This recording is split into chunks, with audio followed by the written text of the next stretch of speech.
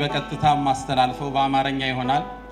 ማስተላልፈው መልእክት ደግሞ ፊት ለፊቴ ካላችሁት በላይ በቴሌቪዥን መስኮት ዓለም ላይ ለሚከታተለን ኢትዮጵያውያን የሚሆን መልእክት ነውና ንግግሬ ሞስትሊ ሞስክ ሴንተርድ እንደማይሆን ታሳቢ ይደረግልኝ። ወጣቶች መጀመሪያ እዚህ አዳራሽ ውስጥ ሰላምን በማስፈን ኢትዮጵያ ውስጥ ለሰላም እንደቆምን እናሳያለን።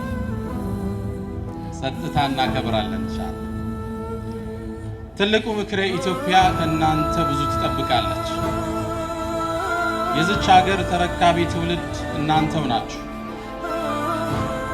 በዓለም አቀፋዊ ጥናት መሰረት 51% የአፍሪካ ፖፑሌሽን ውስጥ 51% ወጣት ነው። ኢትዮጵያም ተመሳሳይ ቁጥርን ትጋራለች። ሀገርን ወደ ብልጽግና ማሸጋገሩ ከእናንተ ወጣቶች ጀርባ ላይ የተቀመጠ ኃላፊነት ነው።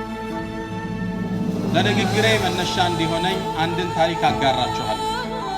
ታሪኩን ያገኘሁት እውቁ የሊደርሺፕ ምሁር ስቲቨን ኮቪ The Eighth Habit from Effectiveness to Greatness በሚለው መጽሐፋቸው ላይ እዛ ላይ መንደርደሪያ ያደረጉት ታሪክ ነው። እሱን ነው ምንም እንደረደረ